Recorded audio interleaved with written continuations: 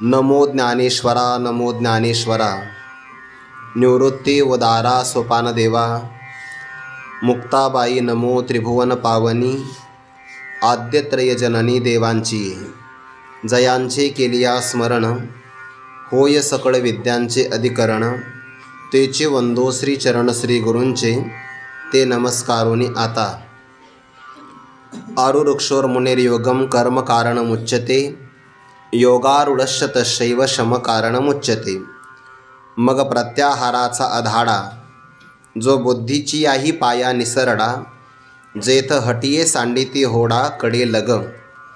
कैवल्य साम्राज्य चक्रवर्ती विश्वमौली ज्ञानोबाराय सकल ब्रह्मनिष्ठ गुरुजनांच्या परमकृपेने श्री भगवती ज्ञानेश्वरीच्या 6व्या अध्यायाचा विचार आपण प्रारंभ केलेला आहे। निष्काम कर्म करणारा जो साधक आहे, ज्याला निष्काम कर्मयोगी असं म्हणतात, तो कर्मफलाचा त्याग करतो म्हणून त्याला संन्यासी म्हणावं आणि त्याच्या अंतःकरणामध्ये कर्मफलाच्या बाबतीमध्ये होणारा तृष्णागत विक्षेप नसल्यामुळे त्याला योगी असं म्हणावं। तो संन्यासीही आहे आणि योगीसुद्धा आहे। त्याला म्हटलं जाणार हे संन्यासी आणि योगी पद गौणी वृत्तीने म्हटलं आहे, मुख्य वृत्तीने मात्र म्हटलेलं नाही। कारण मुख्य जो संन्यास आहे तोच खऱ्या अर्थाने संन्यास आहे, परंतु संन्यास शब्दाचा एकांशाने त्याग असा अर्थ होतो आणि त्या त्यागाच्या अर्थाच्या भूमिकेतून निष्काम कर्मयोगाला संन्यासी आणि योगी असं म्हणावं। भगवंताने त्याची स्तुती केली आहे। किंवा शास्त्राचा समन्वय ज्यांना कळालेला आहे, अनुभव प्रमाणाने ज्यांना ही माहिती झालेला आहे, ते संन्यासालाच योग असं म्हणतात। कारण जोपर्यंत एखादा व्यक्ती संकल्पाचाही त्याग करत नाही तोपर्यंत खऱ्या अर्थाने तो योगी होत नाही। असन्यस्त संकल्पः योगी न भवति कश्चन। ज्याने संकल्पाचा परित्यागच कधी केला नाही, कर्मापासून फल मिळावं याला कर्मफलाचा संकल्प म्हणतात। आणि जो कर्मफलाचा कधी त्यागच करू शकत नाही तो योगी होऊ शकत नाही। याचा अर्थ काय होईल? जो कर्मफलाच्या संकल्पाचा त्याग करतो तोच खऱ्या अर्थाने योगी होतो। न ह्यसन्यस्त संकल्पो योगी भवति कश्चन, असंही अनुभव प्रमाणाने ज्याला कळतं। ज्या ठिकाणी संन्यास केलेला संकल्पसुद्धा टाकला जातो, म्हणजे थोडक्यामध्ये त्यागाचाही त्याग केला जातो।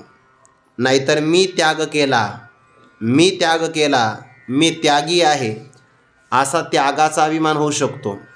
पदार्थाचा त्याग झाला की पदार्थ बाजूला जातात, परंतु पदार्थाचा त्याग केल्यानंतर त्यागाचा अभिमान येऊन बसतो आणि त्याचा त्याग लवकर होत नाही सूक्ष्म असल्यामुळे। पण ज्या ठिकाणी जेथ संन्यासीला संकल्प तुटे तेथची योगाचे सार भेटे। योगाचं सार आहे परब्रह्म तत्वाची प्राप्ती। आणि अशी ही गोष्ट ज्याला अनुभवाच्या तराजूतून अगदी मोजून मापून कळते, समन्वय ज्याच्या जीवनामध्ये आला आहे, तो म्हणतो की संन्यासी जो आहे तोच खऱ्या अर्थाने योगी आहे, असा समन्वय त्यांनी जाणला।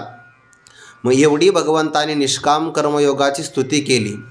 निष्काम कर्म मार्ग जर प्रशस्तच असेल तर मग यावत आयुष्य त्याचं अनुष्ठान करावं का? तर त्या साधनाची अवधी ठरलेली आहे।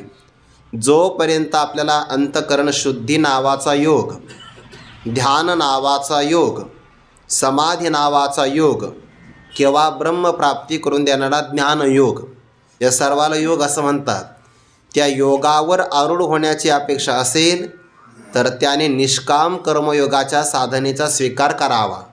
कुठपर्यंत? आरूढ होण्याची अपेक्षा जोपर्यंत असेल तोपर्यंत। आणि एकदा तो योगावर आरूढ झाला की आता ज्या कर्माच्या साधनेचा त्याने स्वीकार केला ते कर्म नावाचं साधन त्याने टाकलं पाहिजे, त्याने ते सोडलं पाहिजे। म्हणून आरुरुक्षोर मुनेर योगम कर्म कारणमुच्यते। आणि तोच योगावर आरूढ झाला, चढला। जसं की आपण काल विचार केला ना, स्थानकापर्यंत यायचं असेल तर दुचाकीचा स्वीकार आहे, बस स्थानकापासून रेल्वेपर्यंत गेला की बसचा स्वीकार आहे, पण नंतर त्याग आहे। तोच व्यक्ती जर विमानाचा प्रवास करू लागला की बाकीच्या सगळ्या साधनांचा त्याग आहे, कारण तो विमानावर आरूढ झाला आहे। आता तो म्हणला नाही, आता मला दुचाकीसुद्धा सोबत घेऊन जायची आहे, तर जाता येणार नाही। जसं विमानावर आरूढ झाल्यानंतर बाकीची प्रवासाची साधनं टाकावी लागतात, तसं एकदा योगावर आडू झाला की त्याला कर्म नावाचं साधन सोडावं लागतं. कर्माचा विधीपूर्वक त्याग करणं याला शम, ओपशम, ओपरम, ओपराम, ओपरती अशी नावं आहेत. योगारूढस्य तस्यैव शमकारणमुच्यते. आता ज्ञानोबरांनी या श्लोकावरचं चिंतन करत असताना या ज्या योगावर त्या साधकाला आरूढ व्हायचं आहे तिथे अष्टांग योगाचा स्वीकार केला आणि अष्टांग योगाला ज्ञानोबाराय पर्वताचं रूपक करतात. अष्टांग योग एक प्रकारचा पर्वत आहे आणि ज्या साधकाला या योगरूप पर्वतावर आरूढ व्हायचं असेल तर मग त्याला प्रवास करावा लागतो. 2-3 दिवसापासून हा विचार आपण करतो आहे. आज तो विचार पूर्ण होईल. जसं एखाद्या पर्वतावर आरूढ व्हायचं असेल, आरोहण करायचं असेल, तर त्या व्यक्तीला त्या पर्वताच्या पायापासून प्रारंभ करावा लागतो. पर्वतावरचे काही रस्ते पाऊल वाटेचे असतात, काही रस्ते अर्ध्या कड्याचे तुटलेले असतात, काही आडमार्ग असतात, काही मार्ग चांगले असतात पण घसरणारे असतात. आणि या सगळ्या मार्गाचं उल्लंघन करून जसा एखादा गिर्यारोहक पर्वताच्या मस्तकावर विराजमान होतो तसा योगरूप हा साधनेचा प्रवास किंवा पर्वत आहे आणि त्यावर त्या साधकाला आरूढ व्हावं लागतं. सगळ्यात शेवटचा टप्पा आहे समाधी अवस्था. क्रमाक्रमाने तो विचार येतो आहे. आपण काल अष्टांग योगातला 5 प्रकारचा यम, 5 प्रकारचा नियम पाहिला. आसनाची पाऊलवाट आहे त्याचाही थोडासा विचार आपण केला आहे. काही आसनं हे रोगनाशक आहे, तर काही आसनं ही समाधीची साधक आहेत. काही आसनामध्ये व्यक्ती जर बसला की त्याचे काही रोग नष्ट होतात आणि काही आसनं जी आहे ती समाधी प्राप्त करून देण्याकरता साधक असतात. असा आसनाचा खूप मोठा विस्ताराचा प्रकार आहे, पण त्यातली 4 आसनं मात्र मुख्य आहे. यानंतर येणारं साधन आहे प्राणायाम. त्या प्राणायामामध्ये आपल्याकडे 3 मुख्य नाड्या आहेत, इडा, पिंगला आणि सुषुम्ना. डाव्या नाकपुडीला इडा म्हणतात, उजव्या नाकपुडीलाच पिंगला असं म्हणतात. डाव्या नाकपुडीने श्वास पूर्ण करायचा म्हणजे आत ओढून घ्यायचा आणि तो दाबून ठेवायचा आतमध्ये, त्याला कुंभक म्हणतात. आत घेतला की पूरक, कोंडून ठेवला की कुंभक. उजव्या नाकपुडीने सोडायचा त्याला रेचक म्हणतात आणि रेचक म्हणजे बाहेर श्वास सोडला की पुन्हा थांबायचं, त्याला बहिर्कुंभक असं म्हणतात. हा झाला प्राणायामाचा साधा प्रकार. त्याच्यामध्ये सुद्धा सगर्भ प्राणायाम, ते पारायणच शब्द येऊ राहिला मला, उच्चार जास्त आपण तोच करतो. सगर्भ प्राणायाम आणि अगर्भ प्राणायाम. प्रणवाचा उच्चारासहित असेल तर सगर्भ प्राणायाम आणि ज्याच्यामध्ये प्रणवाचा उच्चार नसेल तर त्याला अगर्भ प्राणायाम असं म्हणतात. ते प्राणायामसुद्धा जो व्यक्ती त्या योगशास्त्रामध्ये निष्णात आहे त्याच्या देखरेखीखाली तो केला पाहिजे. सामान्यपणे कोणतंही साधन आपल्या मनाने करायचंच नसतं. आपल्याला कर्म जरी करायचं असेल तस्मा शास्त्रम प्रमाणम ते असं म्हटलं आहे ना. प्रमाण आपल्याला शास्त्र आहे. कर्माच्या बाबतीमध्ये, उपासनेच्या बाबतीमध्ये सुद्धा शास्त्रच प्रमाण आहे. सगळीकडे शास्त्र प्रमाण आहे. आणि जर आपल्याला शास्त्र कळत नसेल तर महाजनो येन गतस्य पंथाः, ज्या मार्गाने महापुरुष गेले त्या मार्गाने जावं, तयांचे आचरण करीती प्रमाण आपुलिये श्रद्धे. तैसे सर्व शास्त्र निपुण, तयांचे जे आचरण तेची करीते प्रमाण आपुलिये श्रद्धे. महापुरुष सर्व शास्त्रामध्ये निपुण आहेत, निष्णात आहेत, कुशल आहेत. त्यांचं शास्त्रसंमत असणारं आचरण ज्या साधकाला शास्त्र नाही कळत त्यांनी त्यांचं आचरण प्रमाण मानावं आणि त्यानुसार वागावं. एथ वडील जे जे करीती तया नाम धर्म ठेविती, तेची येर अनुष्ठिती सामान्य सकळ. असा एक सामान्य नियम आहे आचरणाच्या बाबतीमध्ये. यद्यदाचरति श्रेष्ठस्तत्तदेवेतरो जनः स यत् प्रमाणम कुरुते लोकस्तदनुवर्तते. त्यांचं आचरण प्रमाण आहे. म्हणून योग साधना जरी करायची असेल तरी त्यासाठी सुद्धा योगशास्त्रामध्ये निष्णात असणारा जो व्यक्ती आहे त्याच्यानुसार केला पाहिजे. प्राणायामही चांगला आहे. प्राणायामाने आयुष्य वाढतं आणि ज्याचा प्राण बलवान आहे त्याला सहसा रोग होत नाही. म्हणून आपल्या शरीरामध्ये प्राणवायूची कमतरता राहता कामा नये. आपण म्हणतो ना, ऑक्सिजनची लेवल कमी होता कामा नये, प्राणवायूची पातळी कमी होता कामा नये.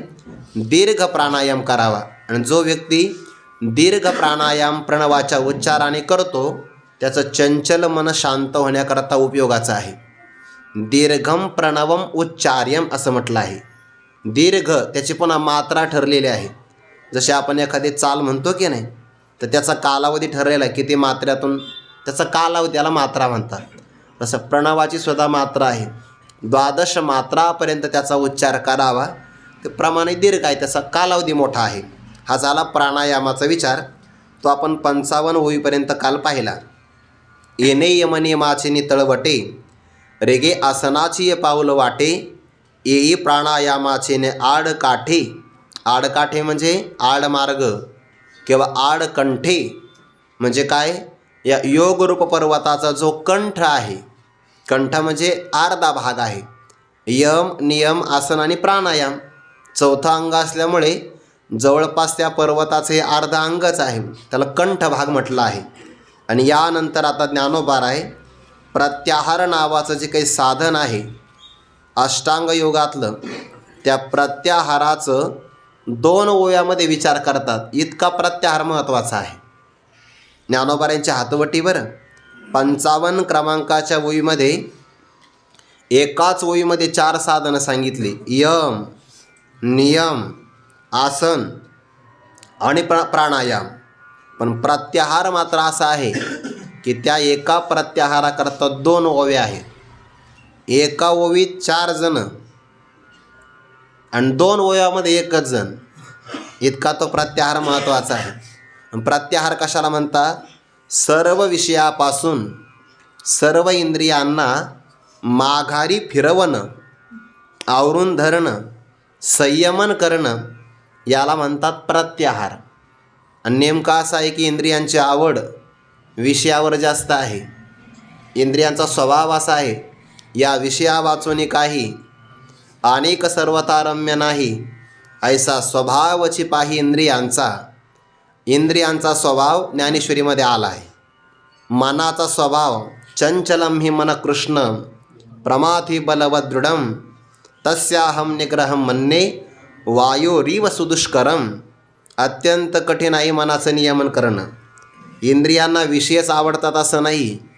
इंद्रिय इतके बलवान असतात. बलवान इंद्रिय ग्रामो विद्वांसम अपिकर्षती.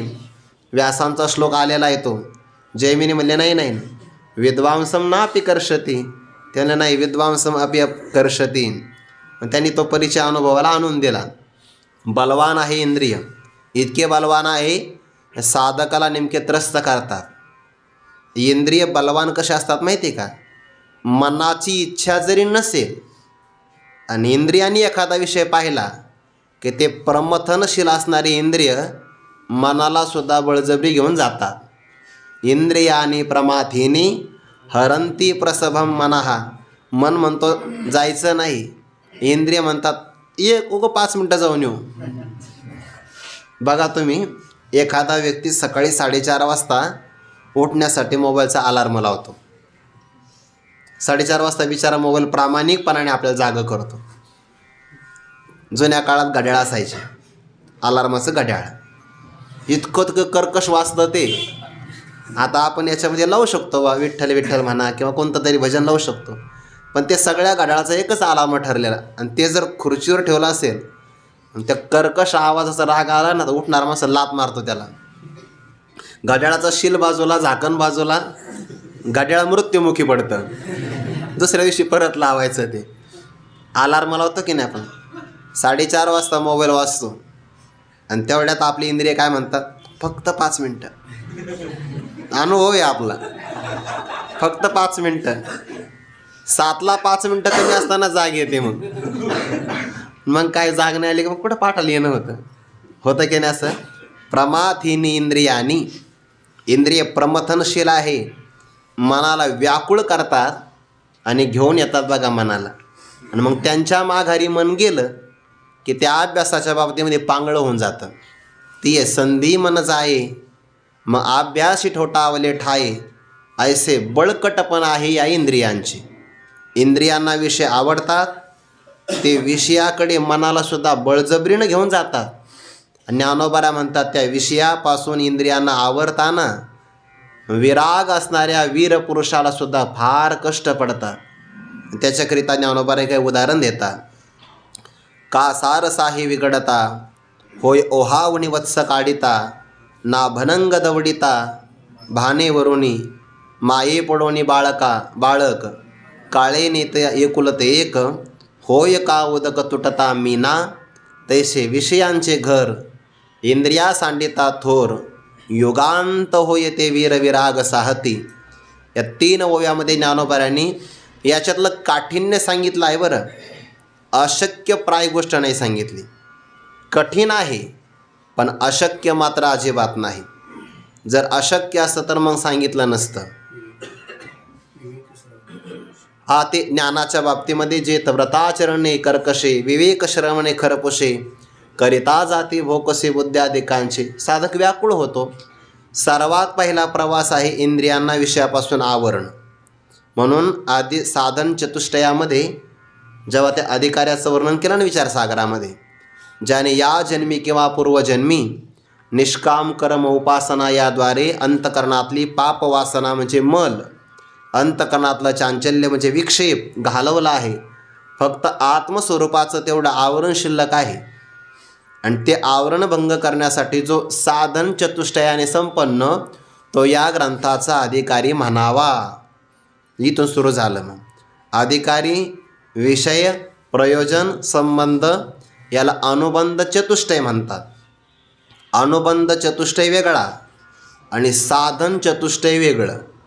साधन चतुष्टयामध्ये साधनाचे 4 प्रकार: विवेक, वैराग्य, पुढे येणार आहे वैराग्य, समाधी षटक आणि मुमुक्षुत्व. तर ते शम ज्याच्यामध्ये आदी आहे असे 6 सांगितले: शम, दम, श्रद्धा, उपरम, समाधान आणि तितिक्षा. तर बाकीचा विस्तार नाही करायचा. पण शम म्हणजे काय आणि दम म्हणजे काय? दम शब्दाचा अर्थ होतो इंद्रियांना विषयापासून आवरणं, आणि शम शब्दाचा अर्थ होतो मनाला विषयांच्या वासनेपासून आवरणं. दोघालाही आवरावंच लागतं, पण एकाला साक्षात विषयापासून आवरावं लागतं आणि एकाला विषयाच्या ज्या वासना आहे संस्कार रूपाने त्यापासून आवरावं लागतं. विषयांच्या वासना मनात राहतात. विषय भोगला ना तर विषयाचे सूक्ष्म संस्कार त्या मनामध्ये राहतात. राग द्वेषामुळे द्वेषाचेही संस्कार राहतात आणि प्रेमाचे म्हणजे रागाचे, प्रीतीचे पण संस्कार राहतात. दोन्ही संस्कार घातकच आहे. राग द्वेषाने तो रहित झाला पाहिजे ना, म्हणून त्या संस्कारापासून मनाला आवरायचं. त्याला म्हणतात शम. आणि ज्याला शम सिद्ध झाला त्याला म्हणतात शांत. ज्याच्याकडून दम सिद्ध झाला त्याला म्हणतात दांत. शांत, दांत, तितिक्षु असं म्हटलं आहे उपनिषदामध्ये. ते आवरावे लागतात इंद्रिय. झाला साधन चतुष्टयाचा विचार. प्रारंभ आहे विषयांपासून मनाला आवरणं, इंद्रियांना आवरणं. आणि हे पहिल्याच आताच या जन्मामध्ये करणं एवढं कठीण का जातं? मागचा अभ्यास अडचणीचा आहे. आतापर्यंत जन्म काही एक नाही झालेला ना. अनादि संसार मालेच्या ठाई, नित्य विषय भोगिले पाही, ते ठसावले चित्ताचे ठाई, वारंवार पाही सेवेता, वारंवार सेवन केले. कधी कधी एखाद्याची इच्छा नसते पण त्याला बळजबरीनं विषयाची चटक लावली जाते. आता लहान मुलगा आहे, तर चहा माहिती आहे का? अजिबात माहिती नाही चहा त्याला. पण घरचे लोक घे थोडासा घे, बशीत उरलेला घे. ते चहाची त्याला अशी चटक लागते, संपला तरी बशीला चाटतं ते. तिथून सुरू होतं ते. मग त्याला चहा कोणी दिली? आपण दिली. त्याला माहिती होतं का? उलट त्याला सकाळी अर्धा चमचा तूप, एक अर्धा ग्लास दूध असा संस्कार लावला पाहिजे ना. त्या आरोग्यालाही चांगलं आहे, बळकटी आहे. पण नाही, आपण त्याला चहाचे संस्कार लावतो. आणि मग तो मुलगा इतका हुशार होतो, नंतर एवढा चॅप्टर होतो, त्याला घरी तर फक्त अर्धाच कप मिळतो. पण जर तो पाहुण्यासोबत गेला, पाहुण्याच्या घरी, हातपाय आदळतो. मग कारण त्याला माहिती आहे आता इथं कोणाचंच काही चालू शकत नाही. मग तेथे न चले काही, ते तर कोणाचंच काही चालत नाही. पाहुण्याच्या ठिकाणी घरच्याला सुद्धा काही करता येत नाही. ते मुलगा हातपाय आदळतं बघा, मग द्यावं लागते त्याला चहा. पाहुणे देतात मग त्याला, मग त्याचं ते व्यसन वाढत जातं. हे कोणी सवय लावली? असं एका जन्मात नाही, मागच्या अनंत जन्मामध्ये आपल्याला विशेष होण्याचे संस्कार लागलेले. शिकवावं लागत नाही, ते मागून अभ्यास झालेला त्याचा. इथं नवीन प्रवेश घ्यायची गरज नाही, काही नाही, काही नाही. ते चालतच आलेलं आहे. अनादि संसार मालेच्या ठाई. मग एका जन्मात सोडता येतात का ते? पण प्रयत्न करावा लागतो. मग असं नाही म्हणायचं मागची कस का जातील अनंत जन्माचे. अरे मागच्या जन्मातसुद्धा त्या अभ्यासाने बळकट झालेला आहे. आता त्या अभ्यासाने सोडावे लागतील. अभ्यासेन तो कोणतेय वैराग्येन च गृह्यते. अभ्यास आणि वैराग्याने ते सोडवता येतात. म्हणून इंद्रिय विषयांकडे जातात आणि त्यांना आवरावं लागतं. किती कष्ट होतात. ज्ञानोबाने उदाहरण दिलं आहे. सारस नावाचे पक्षी आहे. पशु नाही हा, पक्षी. त्यांना रात्रभर वियोग होतो त्यांचा. नदीच्या काठावर असतात नर आणि मादी, त्यांच्यामध्ये पण आहे प्रकार. मग तो नर तिला आवाज देतो. साद घातली की ती प्रतिसाद देते. हा म्हणतो तो कुठे आहे? त्याने पलीकडच्या काठावर. तिलाही कळतं की हाही पलीकडच्या काठावर आहे. आवाज देतात आणि दोघंसुद्धा एकमेकाला भेटण्याचा प्रयत्न करतात. परिणाम असा होतो, तिच्या आवाजामुळे हा पलीकडे जातो आणि याच्या आवाजामुळे ती अलीकडे येते. असं रात्रभर त्यांचे येरझारा चालू असतात, भेटच होत नाही. दैवयोगाने भेट झाली, रात्रभर वियोग झाला, दैवयोगाने भेट झाली आणि त्यांचा वियोग होण्याचा प्रसंग आला तर किती व्याकुळ होतात. तसं साधक इंद्रियांना विषयापासून तोडताना व्याकुळ होतो. सारसाही विघडता. दुसरं उदाहरण होय. ओहावनी वत्स काढिता. शेतकरी वर्ग दिवसभर गाय चरते. त्यातही नियम असा आहे, घरमालकाला दूध फक्त 2 वेळेला मिळतं, सकाळी आणि सायंकाळी. वासराला जेव्हा इच्छा असेल तेव्हा. त्याच्याकरता ते तयारच आहे, फक्त त्याने इच्छा प्रगट करावी. आई त्याच्याकरता लगेच दूध सोडते बघा. नाही, भगवंताने गाईच्या उदरामध्ये काय यंत्र बसवलं काय माहिती. हिरवागार चारा खाते, वाळलेला चाराही खाते आणि अमृतापेक्षाही सरस गावरान गाय दूध प्रदान करते. मी गावरान गाय मुद्दाम म्हटलं, कारण बाकीच्या गायी नाही, बाकीचे यंत्र आहेत. जितकं जास्त पाणी पितील तितकं जास्त दूध देतील. वैकुंठवासी गुरुवारी घुलेबाबा म्हणायचे वा, जर्शी जर हंबरडाला लागली ना, तिनं जर आवाज काढला असं वाटतं घरातलं कोणी गेलं काय. असं त्या कर्कश आवाज आहे, ते अवघड आहे सोडून. ते काय आता पर्याय नाही त्याला. अमृता दूध देते. कोणासाठी?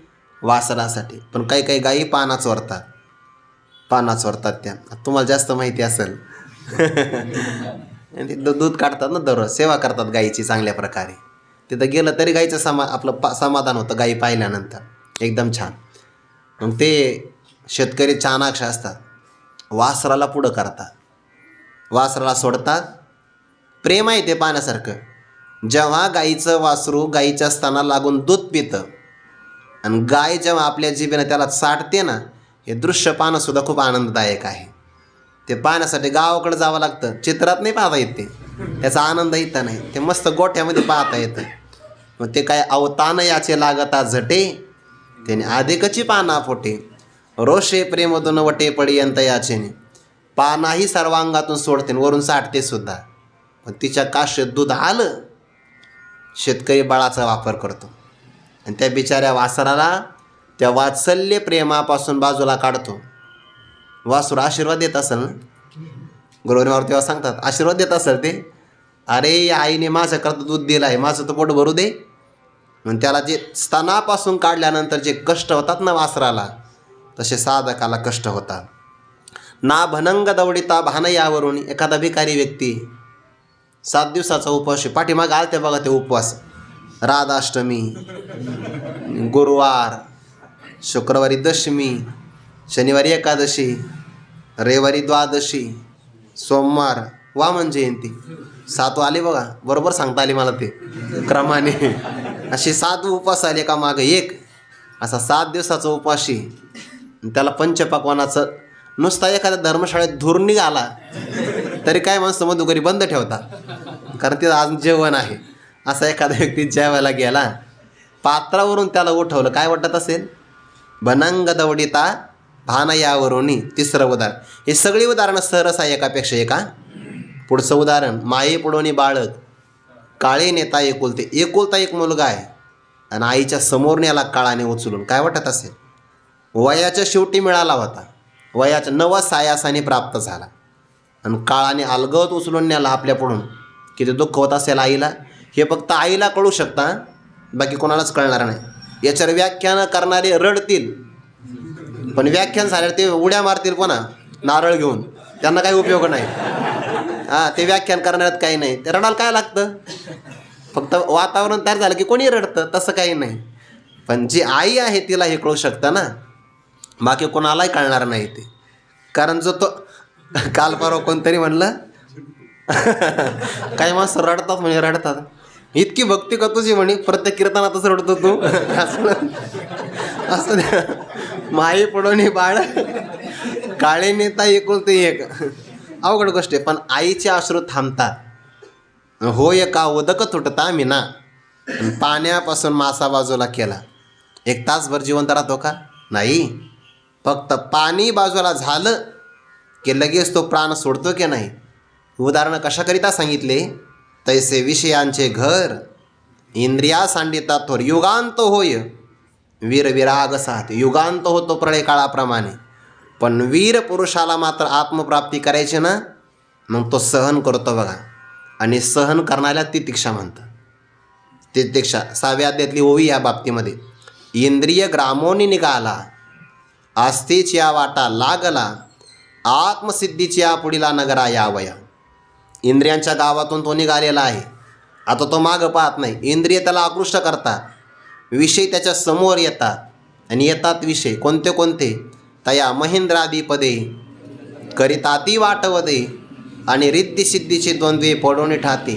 खरं तर असं आहे, सामान्य पुरुषाला सामान्यच विषय मिळतात. पारमार्थिक माणसाला किंवा साधकाला आकृष्ट करण्याकरता इहलोकातले उच्चतम आणि परलोकातले दिव्य भोग हात जोडून उभे राहतात, माझा स्वीकार करा म्हणून. पण खरा साधक तो आहे, या सगळ्या भोगाला पायाने उल्लंघन करून पुढे जातो. जो भोगा ते पेलोनी पायी, असं म्हटलं ज्ञानोबाने पुढे 8व्या अध्यायामध्ये. या सगळ्या भोगांना पायाने त्याचं उल्लंघन करून पुढे जातो. भवस्वर्गा उबगले मुमुक्ष योग ज्ञानावळ गले, पुढती नयो या निघाले पैजा जेथ. असं विषयांना, आपल्या इंद्रियांना विषयापासून आवरणे याला म्हणतात प्रत्याहार. ज्ञानोबाने प्रत्याहाराला तीर्थ असं म्हटलं आहे. इंद्रिय निषिद्ध विषयाकडे जातात ना, तेव्हा ती इंद्रिय मलिन होतात. इंद्रिये सैरा पदार्थी रिगता विटाळली होती, ती प्रत्याहार तीर्थी नान्हिली किर.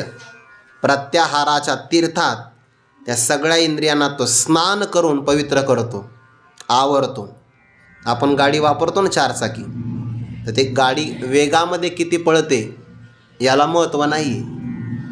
ते किती क्षणार्धामध्ये जाग्यावर थांबते त्याला पॉवर ब्रेक म्हणतात का? पॉवर स्टेरिंग असे काहीतरी शब्द असतात. आपण चालवलीच नाही कधी, आपल्याला काय माहिती शब्द. पण ते थांबते. ब्रेक महत्त्वाचं आहे, त्याला संयम महत्त्वाचा आहे.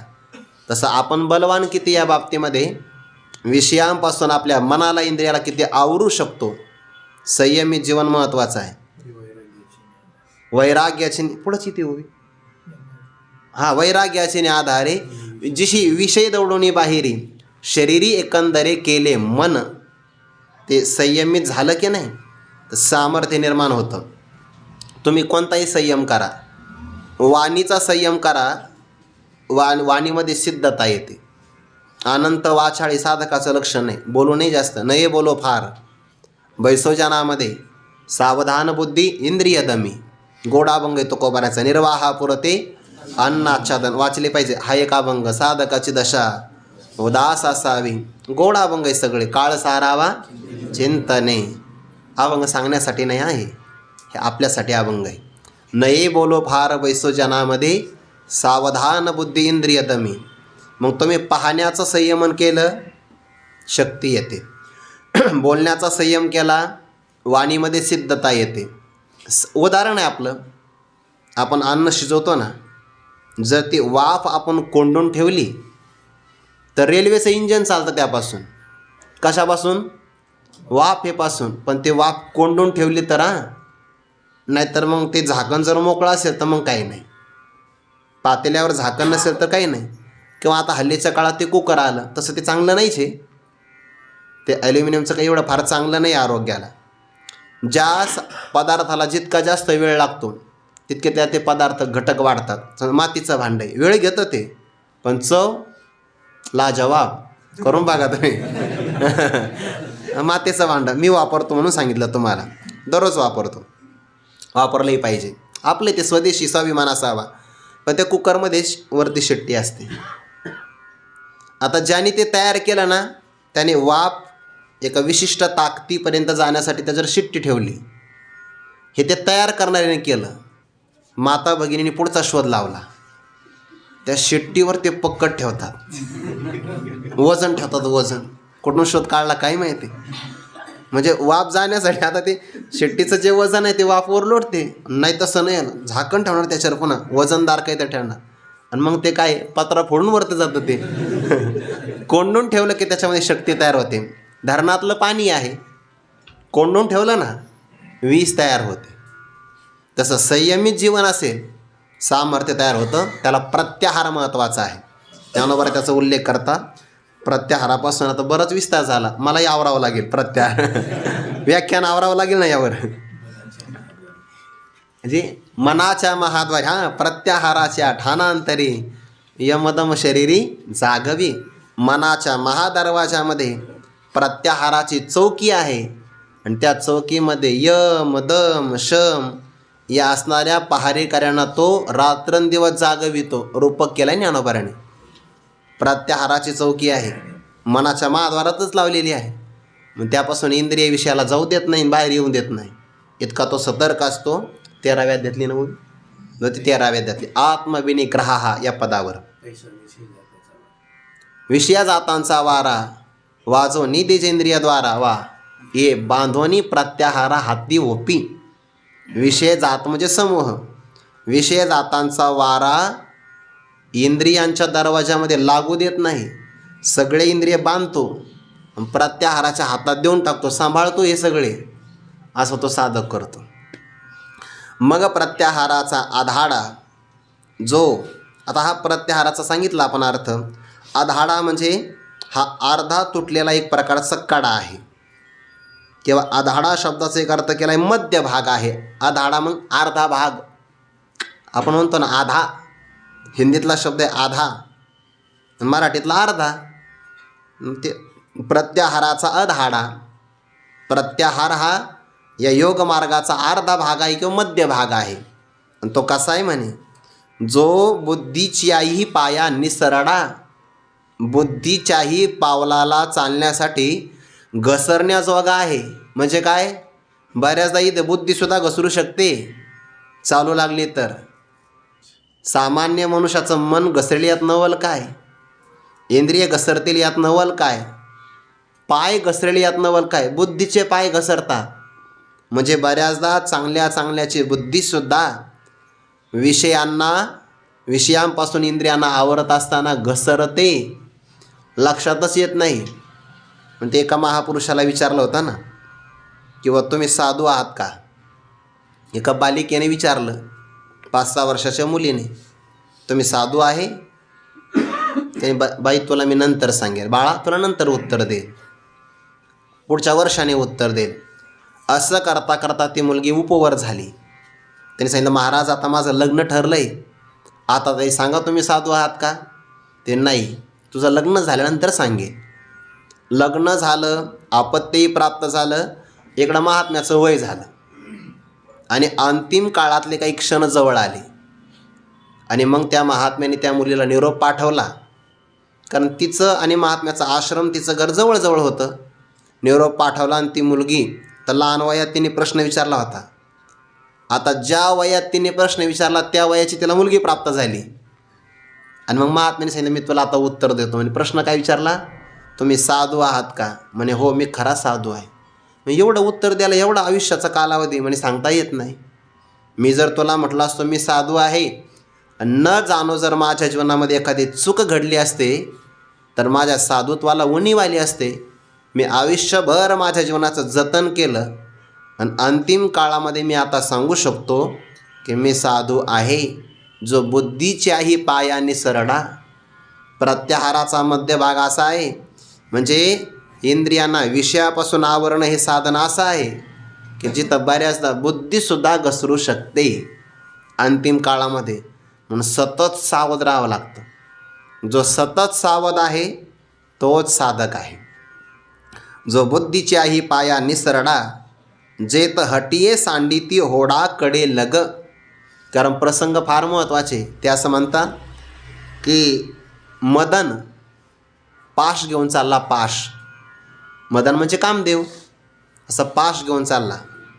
त्याच्याकडे काही पाश होते, फाशे होते. एकाने विचारलं, 3 फाशे कोणाला घेऊन चालला? आणि या जगात काही लोक आहे त्यांना आवरायचं म्हणे मला. असं कोण आहे म्हणे? भीष्माचार्य. त्यांच्यावर एक फाश टाकायचा म्हणे, नाही आवरले गेले. हनुमंतरायावर टाकायचं एक फाश, ते पण नाही सापडत म्हणे.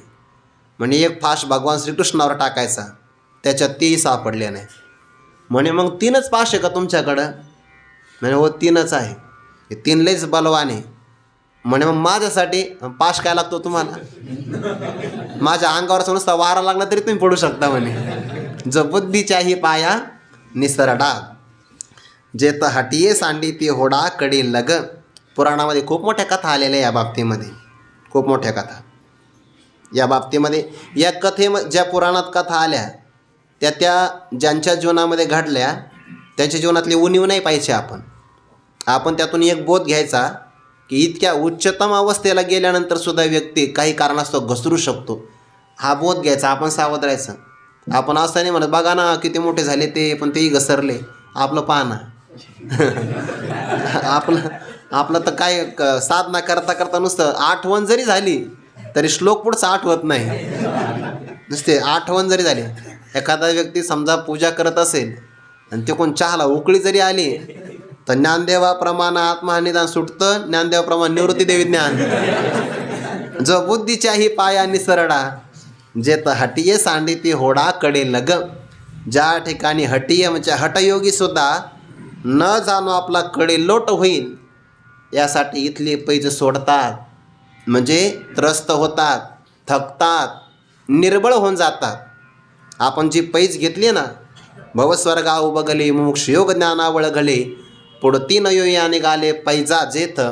अशी जी पैज मारलेली आहे की आता मी माघारी येणार नाही, विषयाचं सेवन नाही करणार, कधी कधी ते सुद्धा मेटाकुटीला येतात. सामान्य पुरुषी यात नवल काय? जेथ हटिये म्हणजे हटयोगी, सांडिती होडा, होडा म्हणजे प्रतिज्ञा किंवा पैज, आपला कडे लोट होईल या भीतीनं ते आपली पैज टाकतात. म्हणून जो व्यक्ती मनाच्या मार्गाने स्वयंबुद्धीनं जातो ना त्याला संकट फार येतात. या बाबतीमध्ये कायम प्रार्थना करावी. प्रार्थनेसारखं बळ नाही. माझे चित्त तुझे पायी, राही ऐसे करी काही, धरोन या बाही भवहा तारी दातारा, चतुरा तू शिरोमणी, गुण लावण्याचे खाणी, मुकुट सकळा मणी धन्य तोची विठोबा, करी तिमिरांचा नाश, उदय होनी प्रकाश, तोडी आशा पाश, करी वास हृदयी पाहे गुंतलो निनता, माझी असो तुम्हा चिंता, तुका ठेवी माथा, पायी आता राखावे आता तुझ कळेल ते करी, तारीशी तरी तारी मारी, जवळी अथवा दुरी धरी, घाली संसारी अथवा नको शरण आलो नेनतपणे. अशी दररोज देवाला प्रार्थना करत जावी. प्रार्थनेमध्ये बळ आहे. बालक जर रडलं ना तर त्या रडण्यामध्ये बळ आहे, आई त्याला उचलूनच घेते. तसं प्रार्थनेत बळ आहे. आणि देवाला प्रार्थना करावी स्वयंबुद्धीने. स्वतः एक स्वयंबुद्धीच्या बाही, रिगाले तयांची शुद्धीची नाही. ज्ञानोबा म्हणता काही जणांनी अशी छातीवर पैज घेतले. मी सामान्य आहे का? स्वतःच्या बुद्धिबळाने माया नदीतून तरुण जाईल मी, मला कोणाची गरज नाही, आपला नाद नाही करायचा असं म्हणले काही लोक. एक स्वयंबुद्धीच्या बाही. ज्ञानोबा म्हणतात रिगाले, नदीमध्ये उडी टाकली, उडी टाकतानाच दिसले, परत नाही. मनोमार्गे गेला तो इथे मुकला, हरिपाठीच तेरावला तोची धन्य. रेगाले तयांची शुद्धी नाही, परत शोधच लागला नाही त्यांचा. काहीच नाही सापडलं, कपडे नाही हाडही नाही, स्वयंबुद्धी नाही. प्रार्थना करावी महत्त्वाची आहे.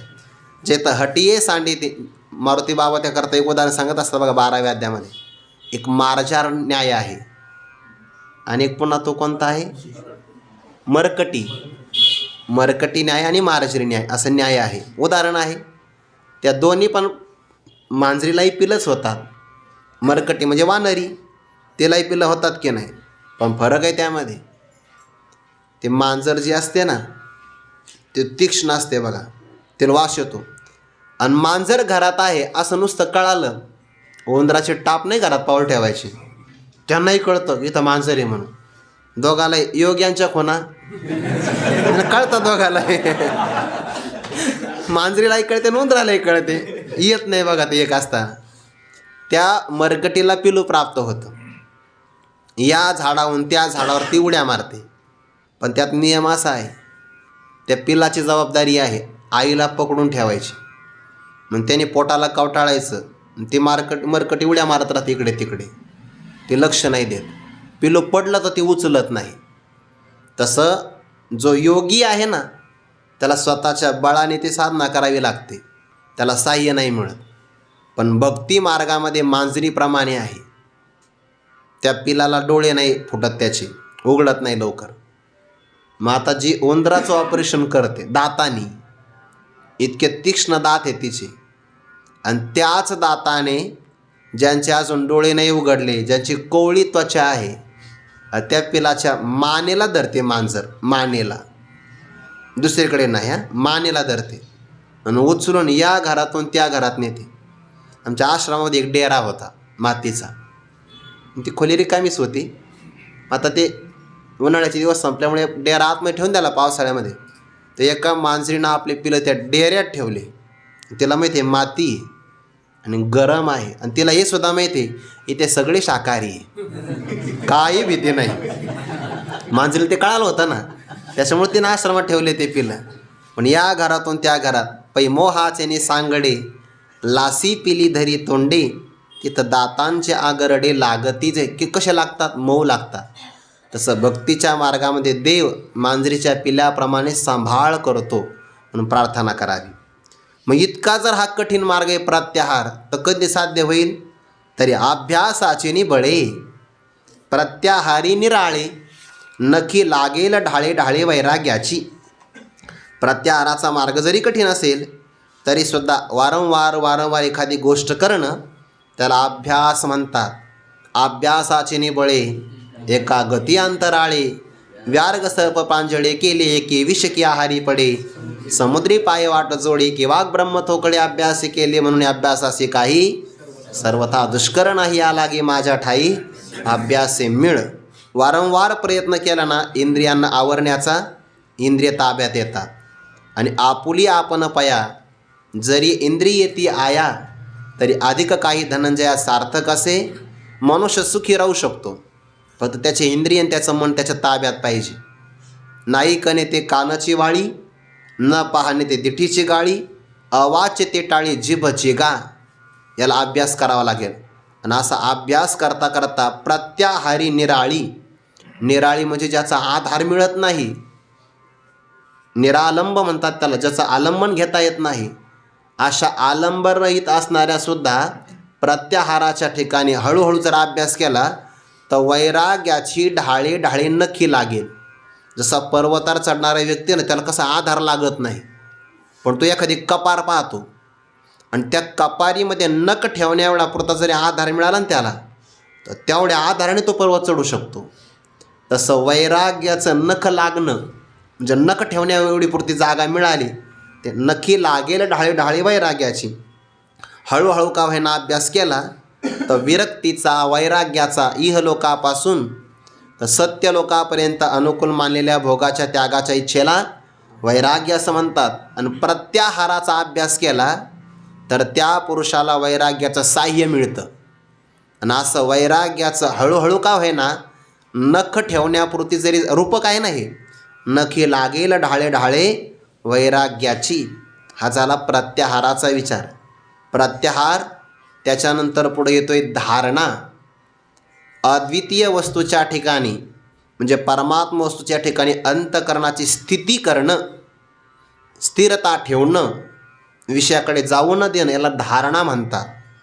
अंतःकरण वृत्तीचा अखंड प्रवाह तैलधारावत परमात्म स्वरूपाच्या ठिकाणी वृत्तीचा प्रवाह राहणं, याला ध्यान म्हणतात. हे आहे ध्यान.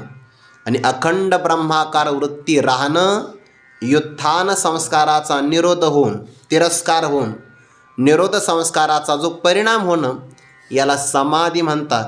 किंवा अखंड ब्रह्माकार वृत्ती राहणं, याला समाधी म्हणतात. किंवा सम आहे ब्रह्म आणि त्या ब्रह्मपदावर आपलं मन लयाला जाणं, हा आहे समाधी. कारण आतापर्यंत आपण 5 अंग पाहिले, यम, नियम, आसन, प्राणायाम, आणि आता पाहिलं प्रत्याहार. पुढे येते धारणा. धारणा म्हणजे अद्वितीय वस्तूच्या ठिकाणी अंतःकरणाची स्थिती करणं. ऐसा अशा प्रकारे पवनाचेनी पाठारे, येता धारणेचेनी पैसारे, क्रमी ध्यानाचे चवरे, सांडे तव. दुसरा एक पाठ आहे सापडे तव. असा पण एक पाठभेद आहे कोणाच्या तरी ज्ञानेश्वरीमध्ये असेल. ऐसा अशा प्रकारे पवनाचेनी पाठारे. पाठारे म्हणजे काय? पाठबळाने किंवा पाठारे म्हणजे पाठीवर बसून, म्हणजे वाहनाने. आणि पवन म्हणजे कोण? प्राणायाम. ज्याला प्रत्याहाराचं वैराग्याचा आधार मिळाला, प्रत्याहार सिद्ध झाला, प्राणवायूच्या आधाराने, कारण प्राणवायूच्या आधारानेच योगातली पुढे सगळा हा विस्तार येतोय. बरं, आता सूत्ररूपाने हे व्याख्यान पुढेचा विस्तार होणार आहे. असा पवनाच्या पाठबळाने येता, तो साधक येत असताना धारणेचेनी पैसारे. धारणा आणि पैसार म्हणजे मार्ग, किंवा पैसार म्हणजे पैस म्हणजे विस्तार, आणि धारणा म्हणजे अद्वितीय परब्रह्म वस्तूच्या ठिकाणी आपल्या मनाची स्थिती करणं, याला म्हणतात धारणा. अशा धारणेच्या मार्गाने तो येतो. धारणा सिद्ध झाली की तैल धारावत, जसे तेलाची धार अखंड पडते, तसा वृत्तीचा अखंड न खंडित होता जो प्रवाह असतो, त्याला ध्यान म्हणतात. क्रमी ध्यानाचे चवरे सांडे तव. क्रमी म्हणजे उल्लंघन करतो. धारणेचं जे काही स्थळ आहे त्याचंही उल्लंघन करतो, आणि ध्यानाचं जे काही चवरे म्हणजे शेवटचा मार्ग. शेवट कोण आहे? ध्यान. कारण ध्यानानंतर लगेच समाधी लागते.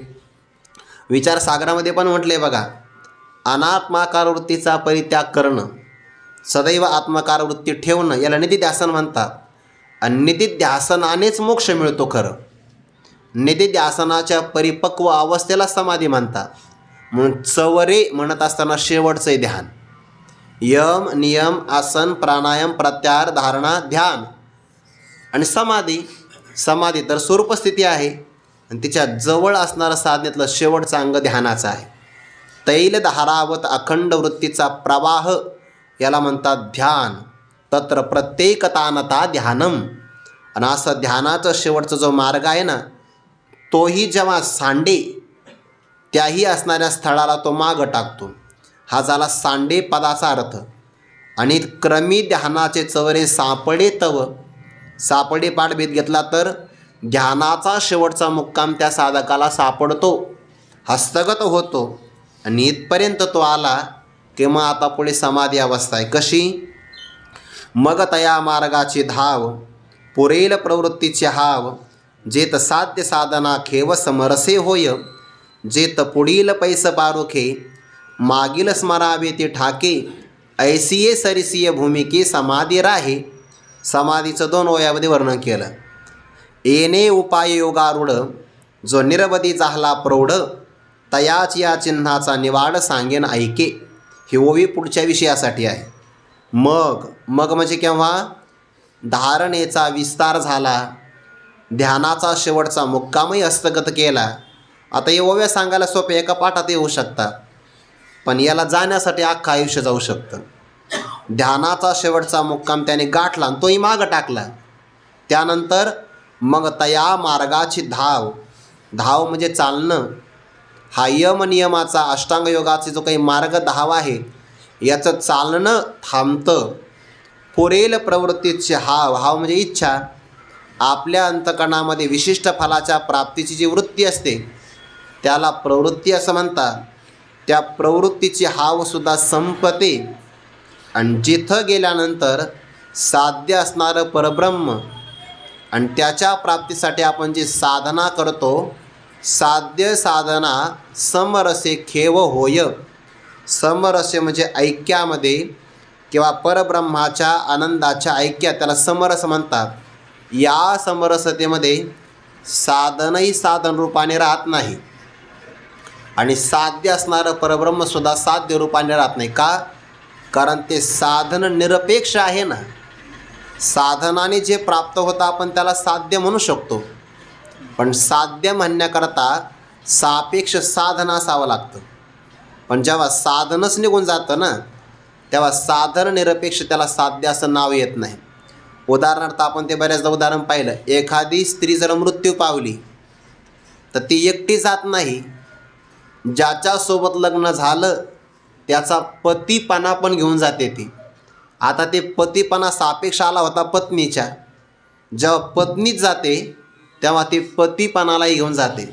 तसं साधन परब्रह्म स्वरूपामध्ये एकरूप झालं की साधनच न राहिल्यामुळे साध्य असणारा भाव राहत नाही, फक्त स्वरूप राहतं.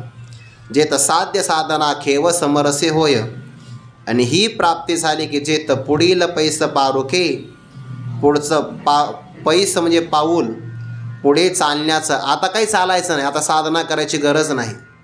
परब्रह्म स्वरूपाशी आपला मनाचा लय झाला, तदा द्रष्टू स्वरूपे अवस्थानम.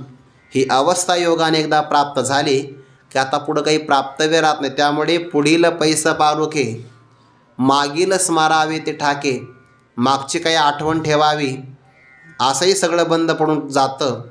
ऐसीय सरिसीय भूमिके, अशा प्रकारच्या अवस्थेच्या सरिसीय भूमिके म्हणजे अवस्था, अशी समानतेची जी भूमिका आहे किंवा जवळची जी भूमिका आहे, त्या भूमिकेमध्ये ध्येय वस्तूच्या ठिकाणी केली जाणारी मनाची एकाग्र स्थिती, याला म्हणतात समाधी. समाधानाला एकाग्रता असं म्हणतात. अशा सरसीय भूमिके, अशा भूमिकेच्या जवळ प्राप्तीच्या ठिकाणी समाधी अवस्था प्राप्त होते. हा झाला समाधी योगाचा अभ्यास. याचा विस्तार उद्या थोडासा करता येईल. येणे उपाय योगारूढ, या उपायाने जो योगावर आरूढ झाला, जो निरवधी झाला प्रौढ, निरवधी म्हणजे अत्यंत फार मोठा झाला, प्रौढ झाला म्हणजे उच्चतम भूमिकेला प्राप्त झाला, अशा महात्म्याच्या चिन्हांचा निवाड म्हणजे विचार, निर्णय, त्याच्या लक्षणांचा काय विचार आहे सांगेन. भगवान म्हणतात पण तो ऐके. पण ते कधी सांगेल तर ते उद्या सांगेल. पुंडलिक वरदारी विठ्ठल श्री ज्ञानदेव तुकाराम मौली ज्ञानेश्वर महाराज की जय. जगद्गुरु तुकाराम महाराज की जय. सद्गुरु जोग महाराज की जय.